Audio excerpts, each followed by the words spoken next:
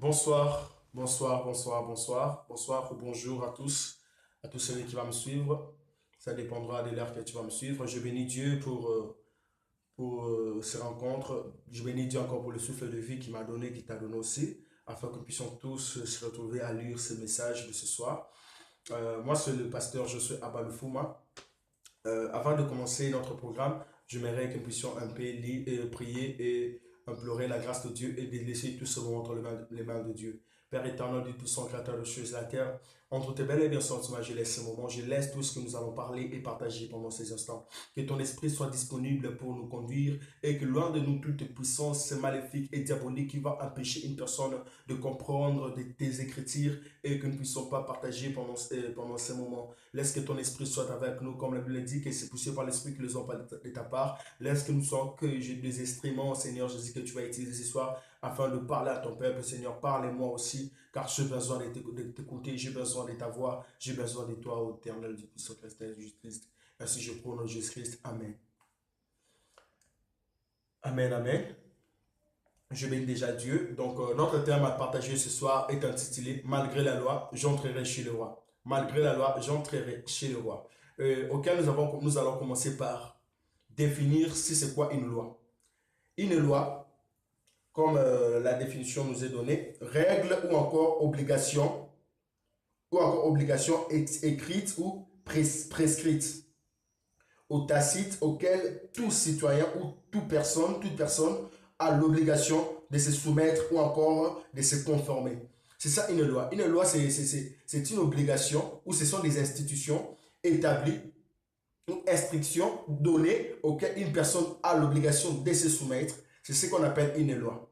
Donc voilà ce que j'aimerais que nous puissions connaître, que la loi est l'une des choses, est l'une de principes ou des messages écrits auxquels toute personne a l'obligation de se soumettre. Parce qu'il est écrit,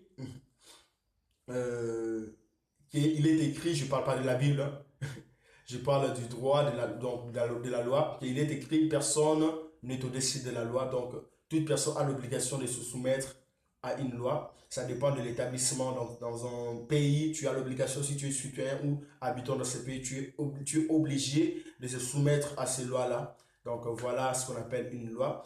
Euh, Notre thème qui est intitulé Malgré la loi, j'entrerai chez le roi est tiré du livre du livre d'Esther.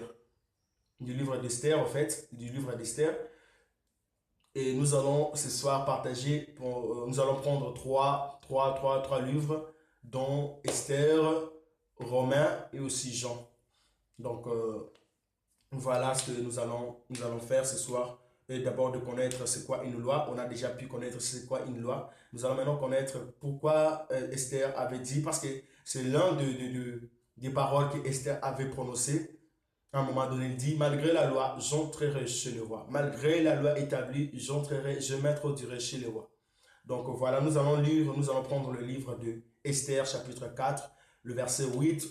Donc, ça serait mieux de commencer par le verset 7 jusqu'au verset, le verset 7 jusqu'au verset, je pense que, le verset 7 jusqu'au verset 17. Et nous allons prendre en même temps le chapitre 5, le verset premier jusqu'au 14e verset. Donc, voilà ce que nous allons faire. Je commence d'abord par lire ceci, que Dieu bénisse sa parole. Je suis dans le livre de Esther, chapitre 4, le verset 7. Je lis au nom de Jésus-Christ. Et Mardochée lui raconta tout ce qui lui était arrivé. Et il lui indiqua la somme d'argent qu'Aman avait promis de livrer au trésor du roi à tous celui en retour du massacre de Juifs, en fait. Du massacre de Juifs, excusez-moi pour la lecture. Il lui donna aussi une copie de l'édit publié, dont Cise en vue de leur destruction, afin qu'il le montra à Esther, et lui fit tout connaître. Et il ordonna à Esther, il donna que Esther se rendit chez le roi pour lui demander grâce et implorer à faveur de son peuple. Le verset 9. Attaque vint rapporter à Esther le parole de Mardoché.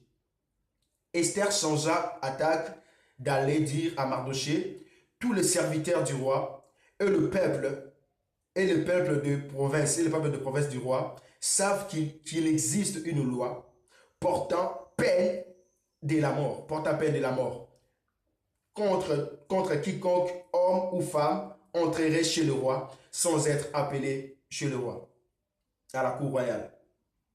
Celui-là seul à la vie sauve. À qui le roi tend les sceptres d'or, et moi, je n'ai point été appelé auprès du roi depuis 30 jours. Lorsque les paroles d'Esther eurent été rapportées à Mardoché, Mardoché dut répondre à Esther, ne t'imagine pas que tu échapperas celle d'entre tous les juifs en fait, d'entre tous les juifs. Parce que tu es dans la maison, parce que tu ne penses pas que tu vas échapper entre tous les juifs parce que tu es dans la maison du roi. Car si tu t'étais maintenant, le secours et la délivrance surgiront d'autre part pour les juifs. Et toi, la maison de ton père, vous périrez aussi. Et qui sait, si ce n'est pas pour un temps comme celui-ci que tu es parvenu à la royauté. Esther envoya dire à Mardoché, va, rassemble les Juifs qui se trouvent assises et gênés pour moi, sans manger ni boire pendant 3 jours, ni la nuit, ni les jours. Moi aussi, je gênerai de même avec mes servantes, puis j'entrerai chez le roi, malgré la loi. Et si je dois périr, je périrai. Mardoché s'en alla et fit tout ce que Esther lui avait ordonné. Amen, amen. Excusez-moi pour la lecture, j'ai un peu de problème de yeux, vu qu'il fait nuit, je ne vois pas assez mieux. J'aimerais que nous puissions lire aussi le chapitre 5. Je vais commencer du premier verset jusqu'au dernier, donc jusqu'au dernier. Le chapitre 5.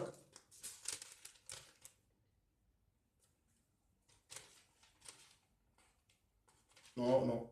Je ne vais pas lire jusqu'au dernier, je vais commencer du chapitre 5, du verset 1 jusqu'au 11e verset. Ouais, ouais. Jusqu'au 11e verset, je lis au nom de Jésus.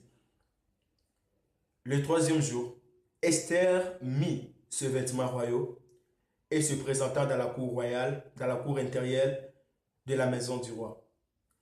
Devant la maison du roi, le roi était assis sur son trône royal. Dans la maison royale, à face de l'entrée de la maison, lorsque le roi vit la reine Esther debout dans la cour, elle trouva grâce à ses yeux.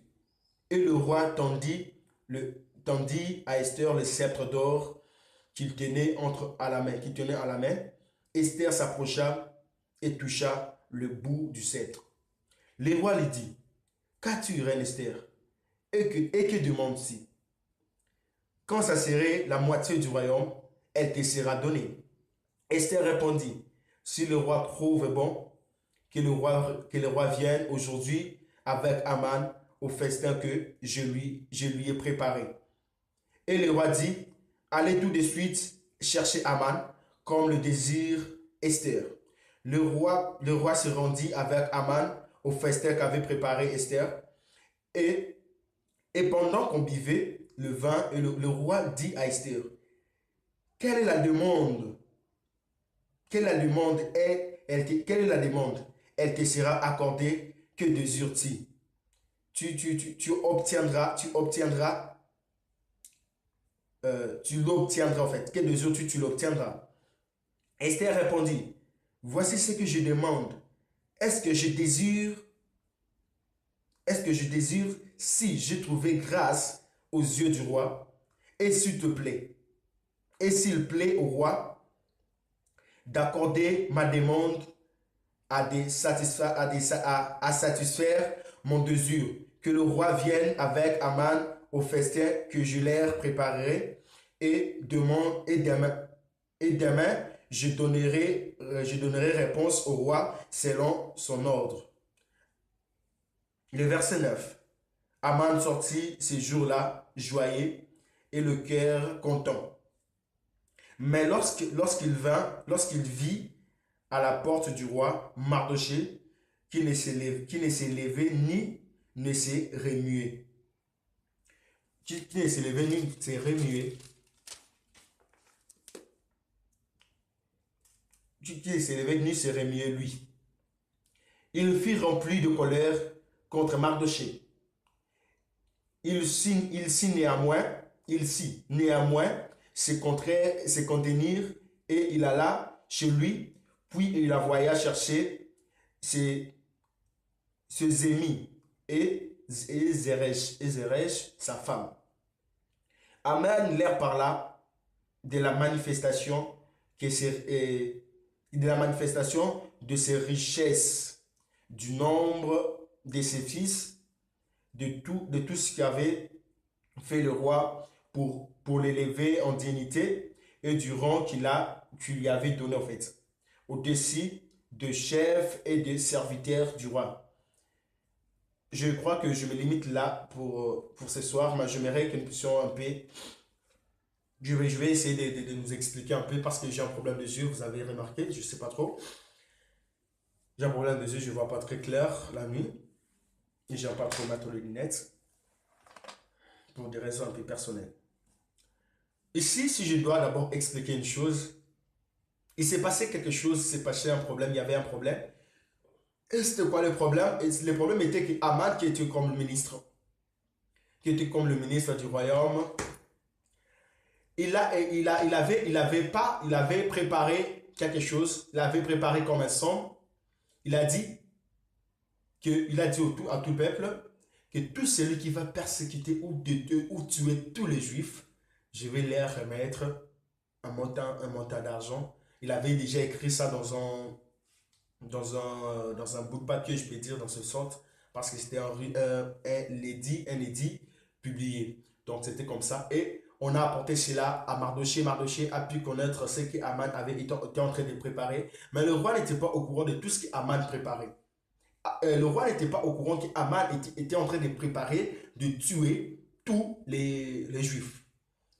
Et lorsque Mardochée a appris cela, qu'est-ce qu'il fait? Il part, il cherche Esther. Il dit notre secours, notre dernier arrêt ou encore notre secours, ce n'est que la reine Esther. Parce que le roi n'est pas au courant de tout ceci, mais il y a une personne qui a tout préparé, tout planifié. C'est qui? C'est Aman. Et vu qu'Aman a tout préparé de la sorte, donc nous devons implorer la grâce auprès du reine Esther. Et Esther va aller implorer la grâce auprès du roi et lui parler de tout ce qu'Aman est en train de préparer.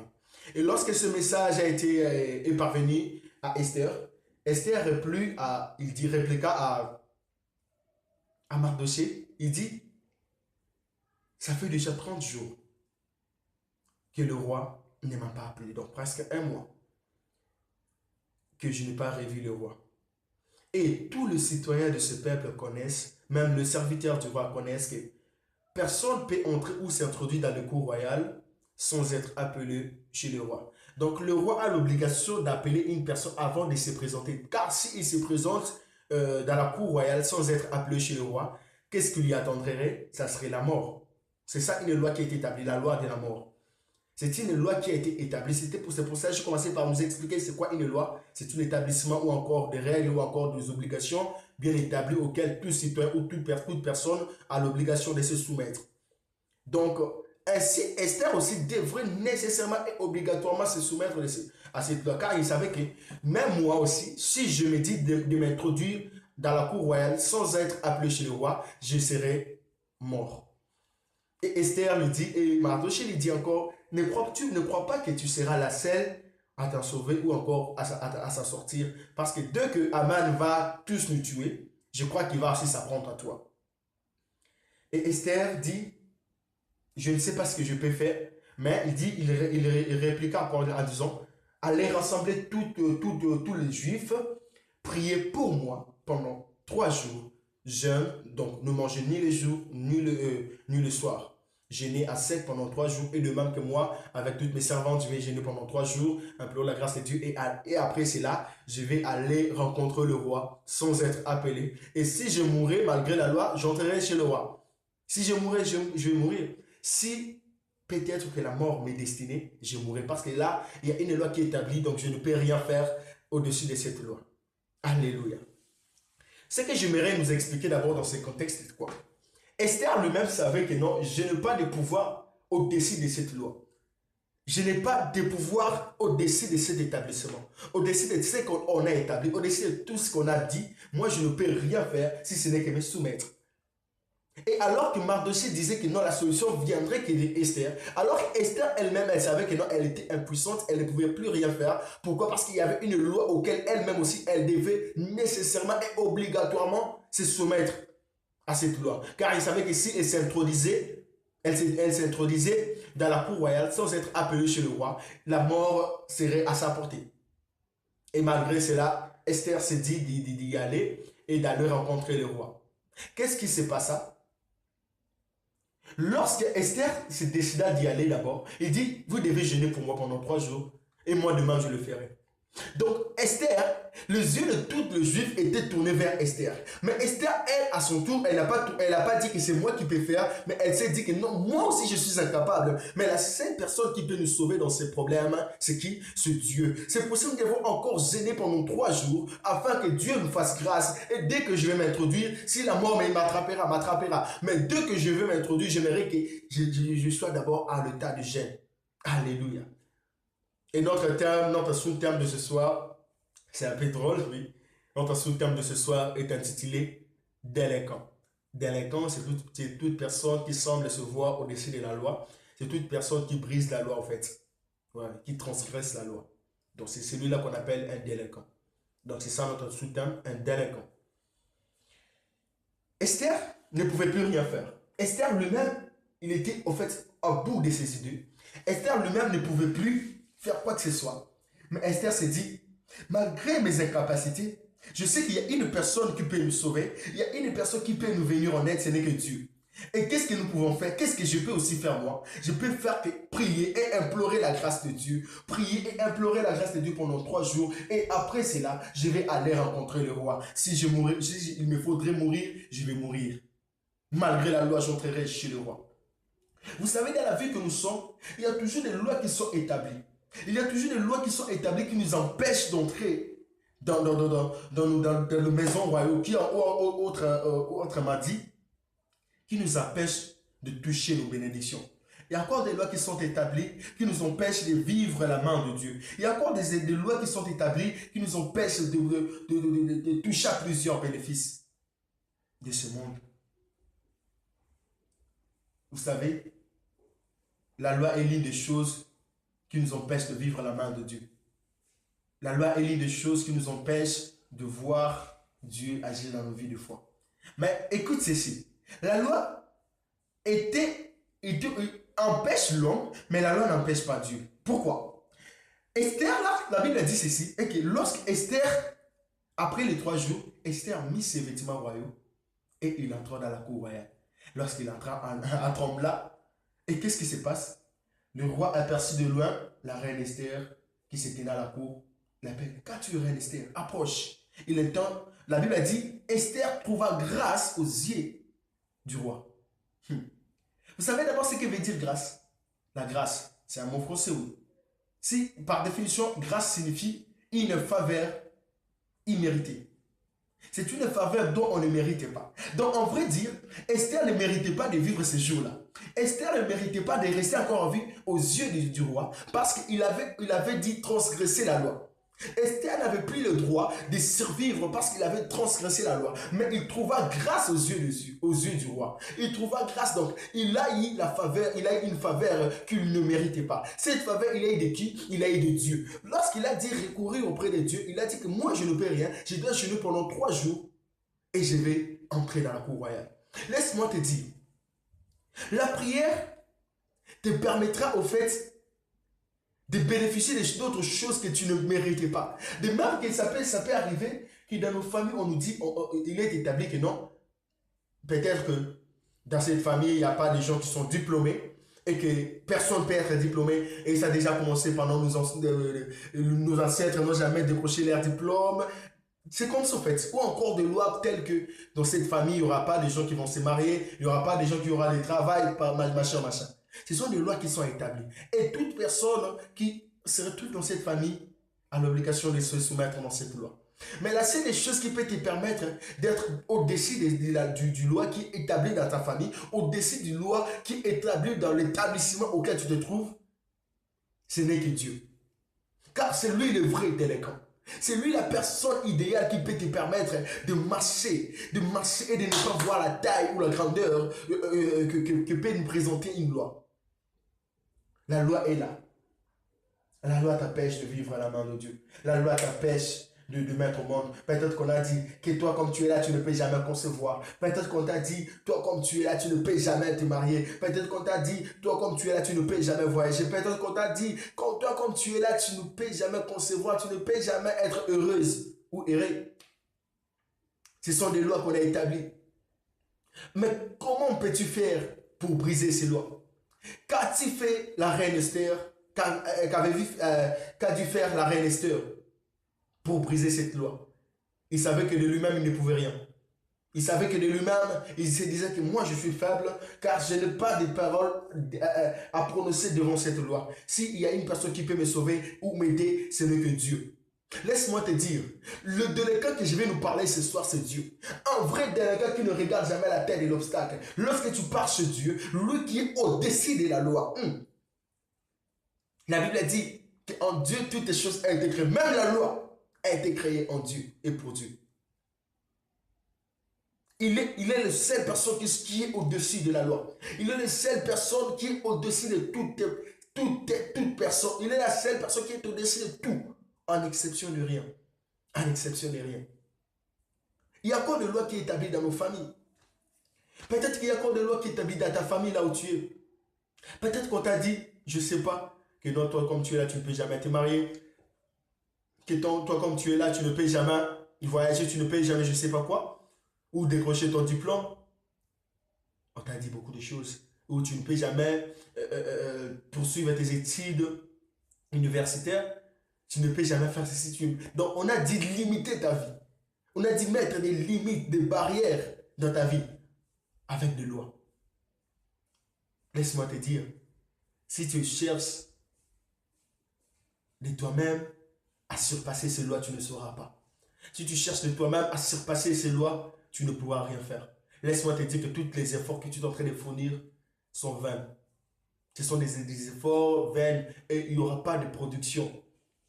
Pourquoi? Parce qu'il y a des lois qui sont établies. Laisse-moi te dire que tu as aussi des trucs à faire. Et laisse-moi te dire qu'il n'y a qu'une personne qui peut te sauver. Il n'y a qu'une personne qui peut te venir en aide. Il n'y a qu'une personne qui peut briser cette loi. Ce n'est que le vrai délinquant. Ce n'est que le vrai délinquant qui est Dieu. Il est le seul et l'unique vrai délinquant. Il est le seul et l'unique personne qui est au-dessus de la loi. Il est au-dessus de la loi. Lorsque tu recours auprès de Dieu, peu importe tout ce qu'on avait dit dans ta vie, peu importe ce qu'on avait dit, peu importe ce qu'on t'a dit, laisse-moi te dire que Dieu va écraser tout obstacle qui viendra se présenter devant toi. Il te suffit juste d'invoquer, il te suffit juste de chercher sa face. Rien ne pourra te nuire. Rien. Aucun obstacle ne grand devant Dieu. Aucun obstacle. Laisse-moi te dire, devant ton problème, peut-être qu'on t'a dit déjà que toi tu ne peux jamais concevoir. Peut-être qu'on t'a dit déjà que toi tu ne peux jamais, je ne sais pas quoi. Là, c'est sans le monde qui a dit cela. Ok, non, comme toi tu es là, tu es stérile. Je vis de gens comme pareil. Je m'excuse, au travers de moi, Dieu a béni pas mal de gens. Un jour, j'ai reçu un appel d'une personne, d'une femme qui est en train de se plaindre, qui ne concevait. Mais cela ne s'est pas fait qu'une seule fois, à plusieurs reprises, et par la grâce de Dieu, ces gens-là ont dû vivre à la main de Dieu. La loi qu'on avait établie dans leur vie n'était rien. Une femme est venue me voir, une femme mariée me dit, excusez pasteur, je ne sais pas en fait, Je sais pas, j'ai des problèmes dans ma famille, je sais pas qu'est-ce qui se passe dans mon couple. Ça fait un bon bout de temps que je me suis marié. Il y a une dame qui est venue me voir, c'était en 2000, elle m'a dit, elle s'est mariée en 2007 et jusqu'alors, elle n'a jamais pu concevoir. Donc, je sais pas qu'est-ce qu'il y a, pourquoi moi seulement, regarde déjà, eh, ma belle famille est en train de se plaindre et de se moquer de moi. Ok, moi je ne sais, je ne peux pas concevoir et que je suis stérile et je suis allé voir le médecin. J'ai dit frapper partout. Il n'y avait pas de résultat positif. Je n'ai jamais trouvé de solution. Je ne sais pas. Qu'est-ce que je fais du mal à Dieu pour assumer toutes ces choses, pour souffrir autant. Moi je lui ai dit, ne crois pas que Dieu ne voit pas tes souffrances. Ne crois pas que Dieu ne connaît pas tes peines. Oh prophète, parce que je suis aussi prophète. Oh homme de Dieu, alors dis-moi, qu'est-ce que je peux faire, qu'est-ce que je peux faire, qu'est-ce que je peux faire. Et du coup, lorsque je lui parlais, j'entends Dieu me dit, je suis. Dis à cette femme qu'elle va concevoir d'ici peu. Je ne savais pas. Bon, c'était un message de Dieu, je ne peux jamais douter. Malgré que la femme a dit qu'elle était partie à l'hôpital, on lui a dit qu'elle est stérile, qu'elle ne pourra jamais concevoir. Moi, je lui regarde, je lui ai dit, Dieu me dit de te dire que tu vas concevoir dans peu de temps. Ah, il a dit, ah, c'est vrai, pasteur. Elle a commencé à douter. Ah, c'est vrai, pasteur. Si c'est Dieu qui a dit qu'il fasse alors comme il a dit, je lui ai dit, c'est Dieu qui a dit ça. Oh, elle m'a posé la question précisément, c'est dans combien de temps je suis déjà fatigué. D'ailleurs, de prier, je ne sais pas si je dois arrêter de prier. Je lui ai dit, dans peu de temps, c'est le langage caché de Dieu. Dieu peut agir même demain, c'est aussi dans peu de temps, ou encore après 15 minutes, c'est aussi dans peu de temps, ou encore dans 10 ans, c'est aussi dans peu de temps, c'est son langage. Je ne sais pas. C'est ce que Dieu m'a dit au fait. Elle n'avait pas totalement cru à cette parole, et moi, j'ai dû faire ce que Dieu m'avait dit. Et la femme, dès qu'elle est partie, 2 mois après, la femme m'appelle, elle me dit, 2 mois après, la femme m'appelle, elle me dit, oh, un mois et quelques semaines, oui. La femme m'appelle pour me dire, oh non, j'ai des malaises, je sais pas, j'ai des malaises au ventre, je sais pas, prophète, je sais pas qu'est-ce qui m'arrive, je vomis. Ah, j'ai pas compris. Elle a dit, ah, je voulais d'ailleurs aller à l'hôpital, mais ah, je vais pas seulement, je pris des médicaments, mais il n'y a pas toujours de bons résultats. Je lui ai dit, ok, je prie pour toi, et puis dès que je finis de prier pour toi, tu pars directement à l'hôpital. Là, si moi je ne savais pas ce qui pourrait se produire ensuite, je priais pour la femme, je lui ai dit, vas-y maintenant à l'hôpital et tiens-moi au courant de tout ce qu'on va dire là-bas. La femme est allée se faire examiner et en s'examinant, on lui avait dit qu'elle était bel et bien tombée enceinte. Je vous dis, la femme n'a pas cru, elle a dit, dit au médecin de refaire encore l'examen pour avoir l'exactitude, pour être sûr de ce que le docteur disait.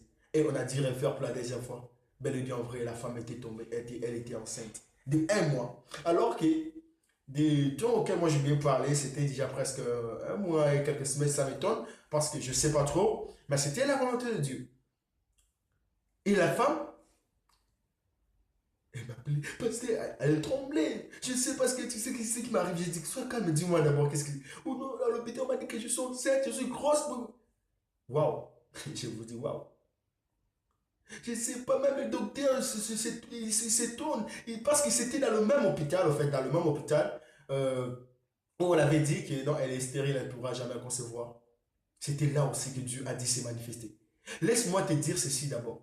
Et que malgré tout ce que les gens peuvent te dire, malgré tout ce que les gens peuvent te dire, ou encore les gens de ta famille peuvent te dire, il n'y a qu'une seule personne qui peut te donner ce que tu cherches, c'est Dieu. Car même la loi qui établit au monde que toute personne ou toute femme stérile ne pourra pas concevoir, peut encore concevoir. Même la loi qui établit qu'une femme qui est déjà atteint l'âge de ménopause ne peut plus jamais concevoir. Mais laisse-moi te dire, il y a encore des races de Sarah. Lorsque tu fais appel à un vrai délinquant qui est le Dieu Tout-Puissant, le Dieu de tout l'univers, le Dieu, le créateur des cieux et de la terre, laisse-moi te dire, Dieu va encore te surprendre dans plusieurs choses. Il y avait une loi qui était établie. Il y avait une loi qu'on avait établie auquel Esther elle-même ne pouvait pas se soumettre. Mais la Bible dit qu'Esther trouva grâce aux yeux du roi. Grâce qui veut dire faveur imméritée. La Bible est en train de dire que Esther ne mourit pas parce si je dois expliquer, ne mourit pas parce qu'elle le méritait, mais parce qu'elle ne méritait pas cela. Si elle ne méritait pas cela, qu'est-ce qui a fait maintenant qu'elle puisse être en vie? C'est parce qu'elle avait cherché la face de l'Éternel avant d'y aller. Laisse-moi te dire ceci, et que dans ton épreuve, dans ton problème, associe Dieu. Il est la seule personne qui peut te donner la solution. Peu importe la loi qu'on a établie dans ta famille, peu importe la loi qu'on a établie dans ta société, laisse-moi te dire qu'il y a un vrai délinquant. Et ce délinquant, c'est une personne qui va te donner le problème, la solution à tout. Il va donner la solution à tous tes problèmes. Peu importe ce qu'on a dit. Peu importe la taille de l'obstacle, peu importe ce que les gens ont dit, toi, cherche Dieu. Moi, j'ai déjà vu une femme. Dieu est bon. J'ai plein de témoignages pareils auxquels les gens te disent que non. Avec ce genre de maladie, les gens ne reviennent pas à la vie. Laisse-moi te dire, si tu rencontres Dieu, comme le pré, lorsqu'ils ont rencontré Dieu, car c'est une maladie auquel une personne ne peut pas être guérie de ça. Mais lorsqu'il a rencontré Jésus sur son chemin, il a rencontré le vrai délinquant. Malgré la loi du lépré que non personne ne peut être guéri de cette maladie-là, il a rencontré le vrai délinquant. Une personne qui écrase les lois. Il a écrasé les lois qui étaient sur leur vie. Laisse-moi te dire que si tu rencontres Dieu sur ton chemin, rien ne pourra te résister. Rien ne pourra te résister, car tu vas rencontrer un vrai délinquant. Et ce vrai délinquant, c'est Dieu. C'est lui la seule personne.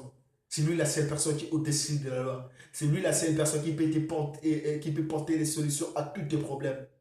Laisse-moi te dire que dans ton problème, malgré que ta belle famille est en train de te mettre mal à l'aise, que tu ne conçois pas, que tu ne fais ceci, que tu as des problèmes ou pas, laisse-moi te dire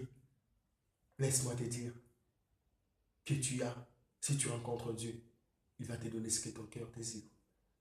Car je sais qu'une personne qui est née muet ou aveugle ne peut voir de toute sa vie. C'est la loi de la nature. Mais laisse-moi te dire, il y a des gens qui ont rencontré Jésus dans leur chemin, qui étaient muets. Ils ont dit écouter et aussi parler. Il y avait des gens qui étaient aveugles, qui ne voyaient même pas, qui sont nés aveugles. Mais lorsqu'ils ont rencontré le Dieu Tout-Puissant dans leur chemin, le vrai délinquant, tous ces obstacles n'étaient rien. J'aimerais que nous puissions encore lire un chapitre. C'est dans le livre des Jean, chapitre 8. Jean, chapitre 8. Le verset 2. On peut commencer par le verset 2.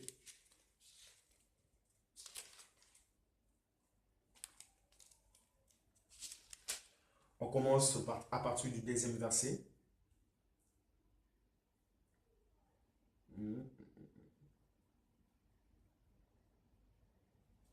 Attendez, s'il vous plaît.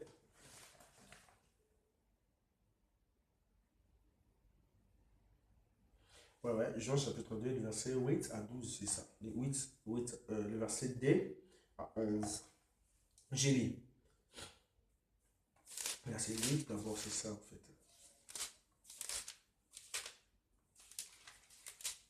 Le verset 2 jusqu'à 11. J'ai lu au nom de Jésus-Christ. Mais dès le matin, il alla de nouveau dans les temples. Et tout le peuple vint à lui. C'était assis, il enseignait. Il enseigne, là on parle de Jésus qui est assis, il enseignait au peuple. Alors le scribe et le pharisien amenèrent une femme surprise en adultère et la plaça au milieu du peuple. Ils dirent à Jésus, Maître, cette femme a été surprise en flagrant délit d'adultère. Moïse, dans la loi, nous a ordonné de lapider de telles femmes. Toi donc, que dis-tu? Là, on posait la question à Jésus. Et Jésus, il disait cela pour l'éprouver afin de pouvoir l'accuser, mais Jésus s'est abaissé, écrivait avec le doigt sur la terre. Comme il continuait à l'interroger, il se releva et leur dit, que celui de vous qui est sans péché jette le premier pierre contre cette femme. Je reprends le verset 7.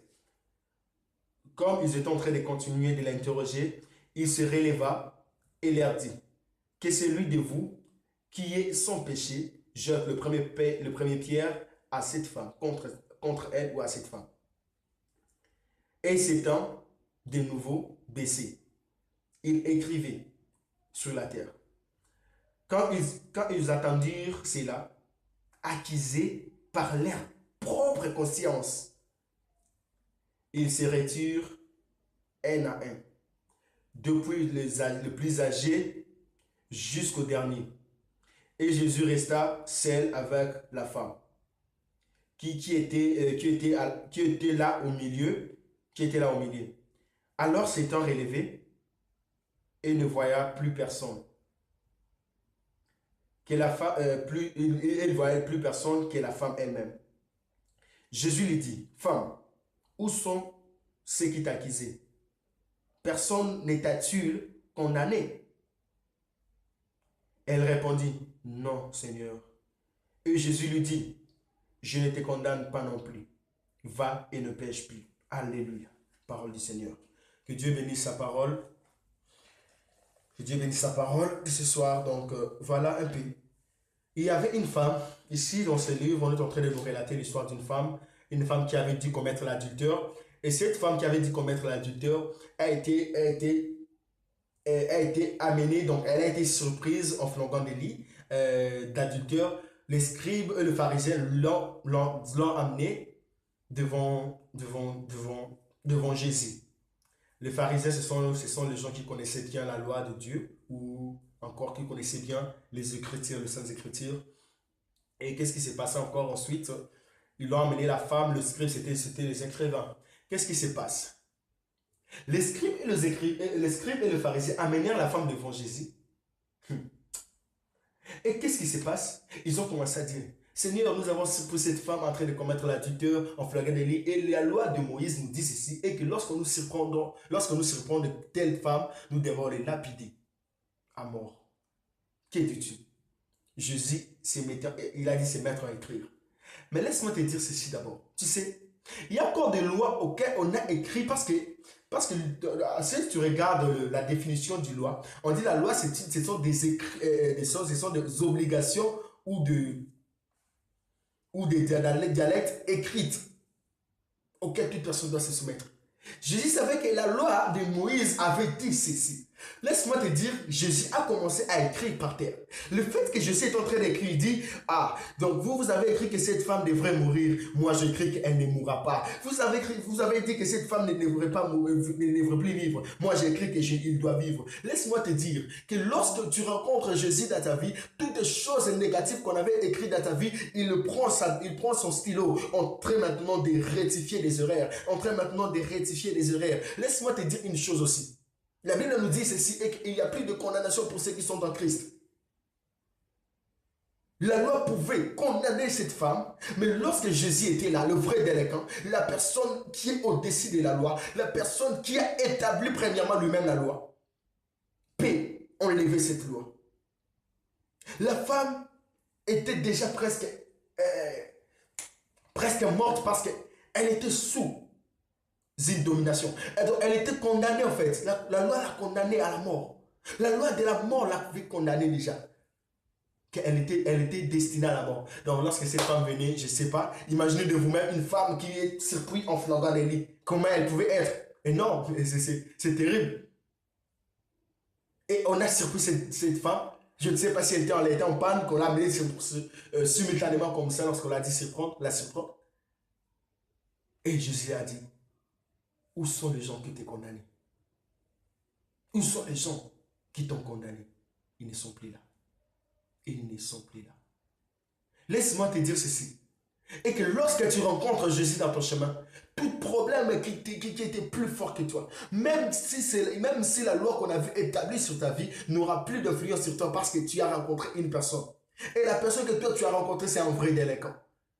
C'est une personne qui est au-dessus de toute loi. C'est une personne auquel la loi obéisse. Lui, il n'a pas besoin d'obéir à la loi, mais c'est la loi qui l'obéisse. Un vrai délinquant. Je ne parle pas d'un délinquant simple, mais un vrai délinquant, qui est Jésus-Christ, le Dieu Tout-Puissant. Lorsque tu recours auprès de Dieu, tu as la solution à t'apporter. Malgré la loi, j'entrerai chez le roi. Esther, malgré la loi, elle a pu entrer chez le roi. Parce qu'elle a pu trouver grâce aux yeux du roi. Parce qu'elle a pu avoir une faveur qu'elle ne méritait pas. Laisse-moi te dire ceci.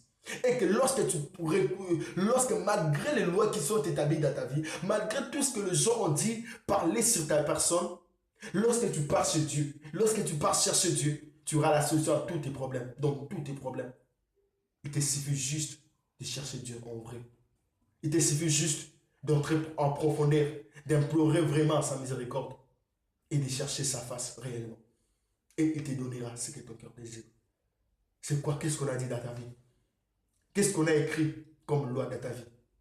Car Jésus est là prêt pour écrire et rectifier les erreurs. Il s'est lui a dit, Jésus se met face contre terre. Elle commença à écrire avec son doigt sur terre. Donc les scribes, ce sont les écrivains.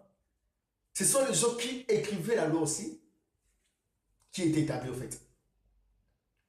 Les scribes, ce sont les gens le plus intelligents. Et les pharisiens, ce sont les gens qui marchaient apparemment selon la loi. Apparemment selon la loi. Mais ce qui est très étonnant ce soir est que même les scribes qui étaient les écrivains, Jésus a pu rectifier. Il a dit, votre loi dit ceci, que cette femme mérite la mort parce qu'elle a dû commettre l'adultère. Mais maintenant, moi je dis, elle ne mourra pas. Votre loi dit que Josué ne va pas avoir un travail. Maintenant, moi je dis, il aura du travail. Votre loi dit ceci, et que cet enfant mourra à l'âge de 12 ans. Mais moi je dis qu'il ne mourra pas jusqu'à ce qu'il va se rassasier de ses jours sur cette terre. Laisse-moi te dire, lorsque tu pars sur Dieu, il a l'obligation de rectifier des erreurs ou des paroles mal prononcées dans ta vie. Qu'est-ce qu'on a dit dans ta vie? Laisse-moi te poser cette question. Qu'est-ce qu'on a dit dans ta vie? On a dit que toi tu ne vivras pas. On a dit que toi tu n'auras pas ceci. On a dit que toi tu n'auras pas cela. Mais laisse-moi te dire que ce soir, Dieu te dit que tu auras tout ce que ton cœur désire. Laisse-moi te dire que Dieu te dit ce soir que tu auras tout ce que ton cœur désire. Parce qu'il est le vrai délinquant. Malgré la loi, il peut entrer. Malgré la loi, tu peux entrer. Malgré la loi, tu peux toucher. Malgré la loi, tu peux encore vivre. Qu'est-ce qu'on a dit dans ta vie que tu ne pourras pas concevoir? Laisse-moi te dire, laisse-moi porter la bonne nouvelle qu'en Jésus-Christ, il n'y a pas de stérile. Qu'en Jésus-Christ, il n'y a pas de stérile. Oh oui, le père de Jean-Baptiste, sa femme, ils étaient déjà de vieux. Mais ils ont pu concevoir. En ces instants-là, où était la stérilité? Où était encore? Où était la ménopause? Dans la vie de Sarah, la femme d'Abraham, où était la ménopause? Laisse-moi te dire ceci. Et que c'est Dieu a l'obligation. Il peut te donner ce que tu vois. Dieu a l'obligation. Il te donne seulement ce que ton cœur désire et ce que les gens peuvent dire que non, ça c'est pratiquement impossible. Une femme qui a déjà atteint l'âge de 80 ans ou 72 ans, elle ne pourra jamais concevoir. Elle ne pourra jamais. Là, c'est une loi établie auprès des hommes. Mais ce n'est pas la loi de Dieu. Dans la loi de Dieu, rien n'est impossible. Je te dis rien. Rien, rien, rien. Nous allons lire un petit verset pour finir ce soir avec notre prédication. Nous allons prendre le livre de Romains chapitre 8. Romains chapitre 8, le verset 1er jusqu'à D. Écoutez-moi très bien. La Bible dit, Romains chapitre 8, le verset 1er, je lis au nom de Jésus-Christ. Il n'y a donc maintenant aucune condamnation pour ceux qui sont en Jésus-Christ. En effet, la loi de l'esprit de vie en Jésus-Christ m'a affranchi de la loi du péché et de la mort. Alléluia. La loi de l'esprit de l'esprit de vie en Jésus-Christ m'a affranchi de la loi de l'esprit des morts. Oh my God. Ou encore de la chair ou du péché. Tu vois, la femme avait dû commettre un péché. En faisant quoi? En trompant son mari, je ne sais pas. En faisant l'additeur. C'était un péché qu'elle a dit commettre. Et la Bible a dit quoi? Maintenant, il n'y a plus de condamnation pour ceux qui sont en Jésus-Christ. Mais laisse-moi te dire que la femme s'est retrouvée entre les mains de Jésus-Christ. La femme était déjà en Jésus-Christ. Lorsque la femme est en Jésus-Christ, la condamnation n'a plus d'esprit.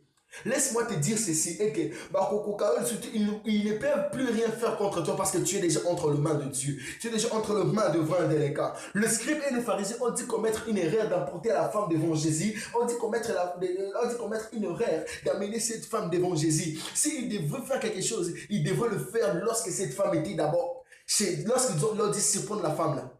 Mais lorsqu'ils l'ont amenée devant Jésus, la loi de la mort ne pouvait plus faire quoi que ce soit. Car la loi de l'esprit de vie et de vie a affranchi toute personne qui est en Jésus-Christ.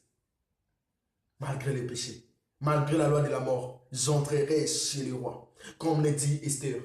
J'aimerais te dire ce soir ceci et que malgré la loi qui a été établie dans ta famille, malgré la loi qui a été établie dans ta vie, malgré la loi qui a été établie dans tout le plan de ta vie, je prie maintenant que le vrai délinquant croise ton chemin. Ma prière est que ce soir, le délinquant suprême puisse croiser ton chemin. Le délinquant suprême puisse croiser ton chemin, car la Bible dit, il n'y a plus de condamnation pour ceux qui sont en Jésus-Christ. Laisse-moi te dire, si tu es en Jésus-Christ, ils ne pourront plus rien faire contre toi. Laisse-les dire que tu ne pourras pas te marier. Laisse-les parler, que toi là tu ne pourras pas travailler. Laisse-les encore parler. Les ont dit là, laisse-les parler en fait. Mais toi, dis-toi dans ta tête que j'ai rencontré un vrai délinquant. J'ai rencontré une personne qui m'a affranchi de la loi des morts. J'ai rencontré une personne qui m'a affranchi de la loi des morts. La loi des morts réclamait cette femme. La loi de la mort réclamait tous les juifs, Esther, Mardochée et tous les restes de frères. Mais lorsqu'ils se sont retrouvés devant le vrai délinquant qui était Jésus-Christ, lorsqu'ils se sont retrouvés devant le vrai délinquant qui était l'Éternel, le Dieu Tout-Puissant, cette loi n'avait plus de fait. Laisse-moi te dire ceci, et qu'ils ne peuvent rien plus faire contre toi, parce que tu te retrouves déjà entre la main de Dieu. Laisse-moi te dire qu'ils ne peuvent plus rien te faire. Ils pouvaient, comme j'aime ça, comme les Égyptiens. Les Égyptiens, lorsque les Israélites étaient tous en captivité dans leur pays, la meilleure des choses qu'ils devraient faire, c'était peut-être de les tuer. Ils ont laissé les Israélites, ils ont laissé le peuple de Dieu sortir et ils se disent à ce moment-là, non, nous devons les poursuivre. Non, notre loi ne permet pas. Non, non, non, non, non. Mais laisse-moi te dire, lorsque tu te retrouves devant la portée de Dieu, il n'y a aucune loi qui peut te retenir. Il n'y a aucune loi qui peut te réclamer. Il n'y a aucune. Il n'y a plus de condamnation pour ceux qui sont en Jésus-Christ. Les Égyptiens croyaient qu'ils pouvaient encore tuer les Israélites en sortant comme ça lorsqu'ils étaient en train de les poursuivre. Mais les matchs ont dû tourner. C'était eux-mêmes qui étaient morts. Malgré la loi qu'on a établie dans vos vies, malgré la loi qu'on a établie dans vos familles, malgré la loi qu'on a établie dans ta famille, malgré la loi qu'on a établie partout, dans tous les domaines de ta vie, laisse-moi te dire, lorsque tu rencontres le vrai délinquant, tous tes problèmes auront une solution. Tous tes problèmes auront une solution. Car il y a un vrai délinquant qui est Jésus-Christ de Nazareth. Si tu es un chrétien, si tu as déjà crié en Jésus-Christ, laisse-moi te dire, ne crains point. Car tu es entre les bonnes mains. Tu es entre les bonnes mains. La loi ne pourra plus faire quoi que ce soit dans ta vie. La loi n'a plus d'effet, n'a plus de pouvoir, n'a plus de place dans ta vie. La seule des choses qu'il te faut faire maintenant, c'est quoi? De te dire, je dois toujours être tout près de mon maître. Parce que si je suis dans la présence de Dieu, il n'y a aucune loi qui peut me réclamer. Il n'y a aucune loi qui peut être au-dessus de moi. Peu importe mes malfaits. Alléluia. Notre thème de ce soir était, malgré la loi, j'entrerai chez le roi.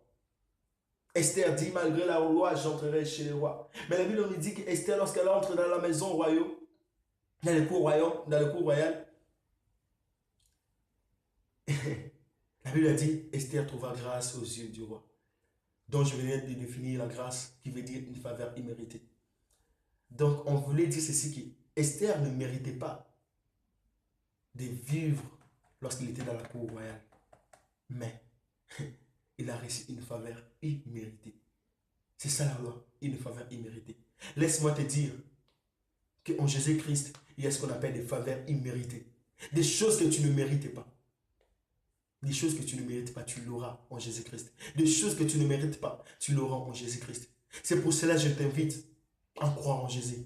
C'est pour cela que je t'invite à donner ta vie en Jésus-Christ.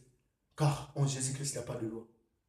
Même la pauvreté de ta famille, même si tu n'as jamais étudié, qui t'a dit que ce sont seulement les gens qui ont étudié qui gagnent leur vie facilement? Qui t'a dit cela?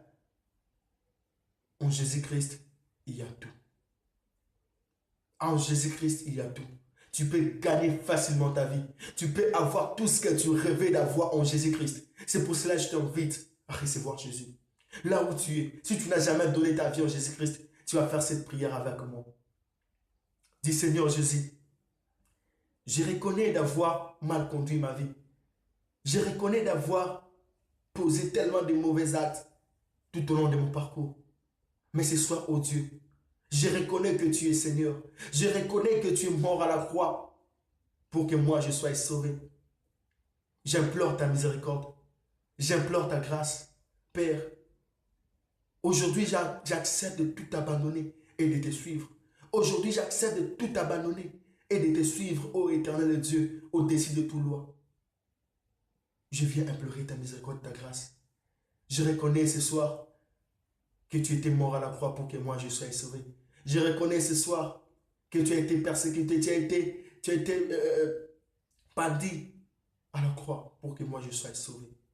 Ce soir, j'ouvre mon cœur. J'accepte que tu entres dans mon cœur. J'accepte que tu gouvernes ma vie et que seul toi sois le maître de toute ma vie. Je te reçois comme Seigneur et Jésus, et comme Seigneur et Sauveur dans ma vie. Ainsi je prie au nom de Jésus-Christ. Amen. Amen. Merci à toi qui as fait cette prière avec moi. Que Dieu se souvienne de toi. Que Dieu te fasse encore du bien. Que la main de Dieu te localise. Que la grâce de Dieu te localise, qui est une faveur méritée. Que cette grâce-là te localise énormément. Que Dieu te fasse du bien. Que Dieu te fasse énormément du bien. Merci à tous ceux qui ont suivi cette prédication. Malgré que c'était un peu long, tu l'as suivi, tu as disposé ton temps à le suivre. Que Dieu te bénisse et que Dieu fasse encore, que Dieu te fasse encore du bien et que son action, son huile coule encore sur ta tête et que cette huile puisse déborder comme le dit David. Il dit, ma coupe, loin d'huile ma tête et ma coupe déborda. Je sais que Dieu va oindre d'huile ta tête et ta coupe va déborder. Ce soir, c'était le pasteur Josué Abalofuma. Notre thème c'était malgré la loi j'entrerai chez le roi. Donc je vais te dire ceci, que malgré tout ce qu'on a établi dans ta vie, tu peux encore entrer chez le roi, tu peux encore vivre la main de Dieu. Suivez-nous sur notre chaîne YouTube qui est juste Josué Abalofuma, Josue espace ABBA espace LUFUMA. Je suis Abalofuma. Que l'Éternel vous bénisse. Merci à vous.